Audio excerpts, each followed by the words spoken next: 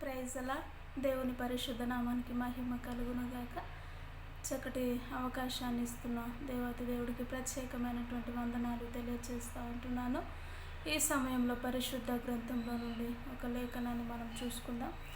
ఆదికాండము 18వ అధ్యాయము 19వ వచనాన్ని చూసినట్లయితే, ఆదికాండము 18వ అధ్యాయము 17వ వచనాన్ని చూసినట్లయితే, అప్పుడు యెహోవా, నేను చేయబోవు కార్యము అబ్రహామునకు దాచెదన, అబ్రహాము నిశ్చయముగా బలము గల గొప్ప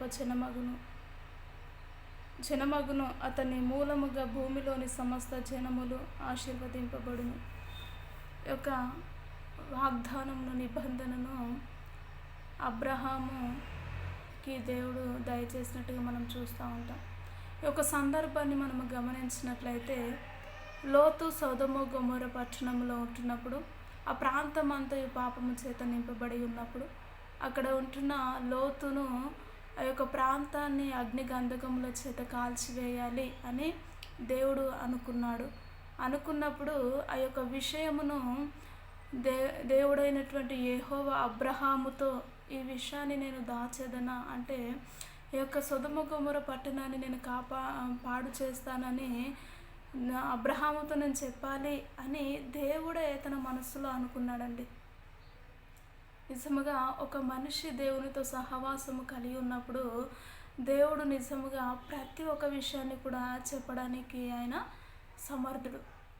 ఈ యొక్క విషయాన్ని, ఆ యొక్క సొదొమ గొమొర్రా పట్టణాన్ని నేను పాడు చేస్తాను అని ఈ యొక్క అబ్రహాముకు నేను ఎలా దాస్తాను, ఆ విషయాన్ని నేను అబ్రహాముతో చెప్తాను అని తను అనుకొని, దేవుడైనటువంటి దేవుడే అబ్రహాముకు, ఇదిగో నేను సొదొమ గొమొర్రా పట్టణాన్ని పాడు చేస్తాను అబ్రహాము అని చెప్పినట్టుగా మనం చూస్తాం.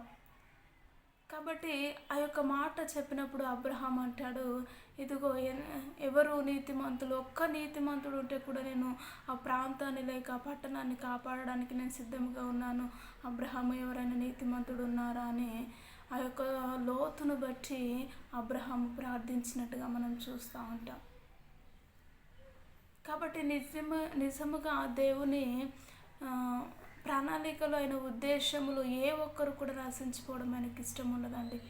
అనేకమైనటువంటి రీతుల్లో కాపాడాలి, ఆయన బిడ్డలను నడిపించాలి అన్న ఒక ఉద్దేశము చేతనే దేవుడు అనేకుల పట్ల ఒక ఉద్దేశమును కలిగి జీవిస్తూ ఉంటాడు. అదేవిధముగా లోతును బట్టి అబ్రహాం ప్రార్థన చేసినప్పుడు, లోతు నీతిమంతుడు అనుకొని అబ్రహాము, ఒక్క నీతిమంతుడు ఉంటే ఆ ప్రాంతాన్ని కాపాడుతావా ప్రభు అని అడిగినప్పుడు, ఎస్, ఒక్కరు నీతిమంతుడు ఉన్నా కూడా నేను సొదొమ గొమొర్రా పట్టణాన్ని కాపాడడానికి సిద్ధంగా ఉన్నాను అంటాడు. కానీ చివరికి లోతు కూడా పాడైపోయినట్టుగా, లేక లోతును కాపాడినట్టుగా అబ్రహాము ప్రార్థనను బట్టి ఆ ప్రదేశము నుంచి బయటపడినట్టుగా లోతు పాడైపోయినట్టుగా మనం చూస్తాం. కాబట్టి నిజముగా దేవునితో నిజముగా సహవాసం చేసినప్పుడు, దేవునితో నిజముగా మొరపెట్టినప్పుడు, దేవునితో నిజముగా నడిచినప్పుడు, ఆయన బిడ్డలకి ఆయన ఏదైతే కార్యములు, రాబోయే సంగతులను గూర్చి, లేక ఏ సంగతిని గూర్చి ఆయనను కూడా ఆయన చెప్పడానికి సిద్ధముగా ఉన్న దేవుడు.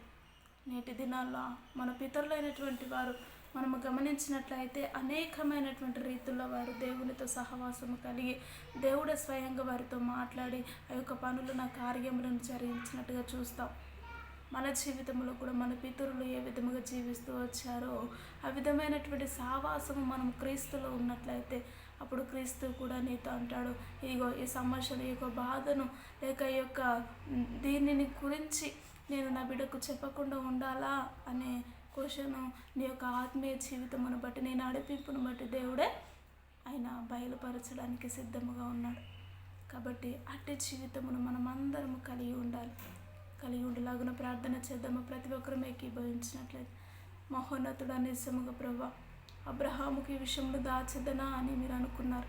దేవాని సన్నిధిలో మేము కూడా అట్టి జీవిత విధానాన్ని కనపరుచుకొని, రాబోయే సంగతులను, మా జీవితంలో జరిగే సంగతులు, ప్రతి విషయంలో ప్రభు మీ ద్వారా మేము బయలుపరుచుకునేగలం అటు ఆత్మీయ జీవితమును, అటు ఆత్మీయ నడిపింపును ప్రభు మీరు మాకు మీరే దయచేసి నీ నామానికి మహిమ తెచ్చుకోమంటూ యేసుక్రీస్తు ఉన్నతమైనటువంటి నామంలో ప్రార్థించి అడిగి వేడుకుంటున్నాము తండ్రి. ఆమెన్. Praise the lord.